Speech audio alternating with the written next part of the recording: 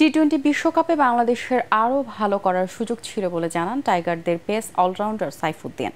মিরপুর শেরেবাংলা স্টেডিয়ামে বাংলা টাইগার্সদের সঙ্গে অনুশীলন শেষে তিনি বলেন, জাতীয় দল থেকে বাদ পড়লে খারাপ লাগে। ফ্র্যাঞ্চাইজি লিগ কানাডার গ্লোবাল টি-20কে জাতীয় দলে ফেরার মঞ্চ হিসেবে ভাবছেন সাইফুদ্দিন। পরাগ আরমানের রিপোর্ট। বিপিএলে দারুণ নৈপুণ্য দেখালেও বিশ্বকাপ দলে জায়গা হয়নি সাইফুদ্দিনের। তার দলে না থাকা নিয়ে বেশ সমালোচনা তৈরি হয়েছিল। তবে বাংলাদেশ টাইগার্সের ক্যাম্পে রাখা হয়েছে তাকে। ইতিমধ্যে কানাডার গ্লোবাল টি-20তে মন্ট্রিল টাইগার্সে খেলার জন্য ডাক পেয়েছেন সাইফুদ্দিন। নিজেকে প্রস্তুত করছেন তিনি। জানান, জাতীয় দলে ফেরার জন্য এই টুর্নামেন্টে ভালো করতে চান।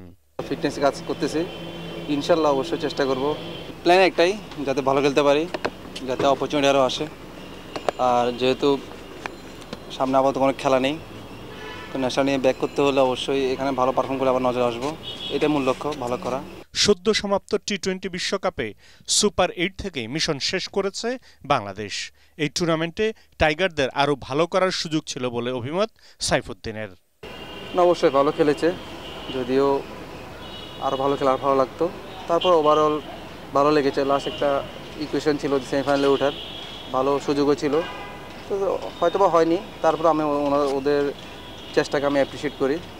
অবশ্যই নিজের দেশ ভালো খেলতে ভালো লাগে।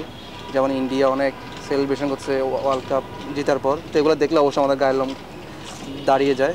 বাংলাদেশ দলের পেস অলরাউন্ডার সাইফুদ্দিন জানান, জাতীয় দল থেকে বাদ পড়া নিয়ে চিন্তা করলে খারাপ লাগে। তবে তিনি ভালো খেলে আবার জাতীয় দলে ফিরতে চান। পরাগ আরমান, এটিএন বাংলা, ঢাকা।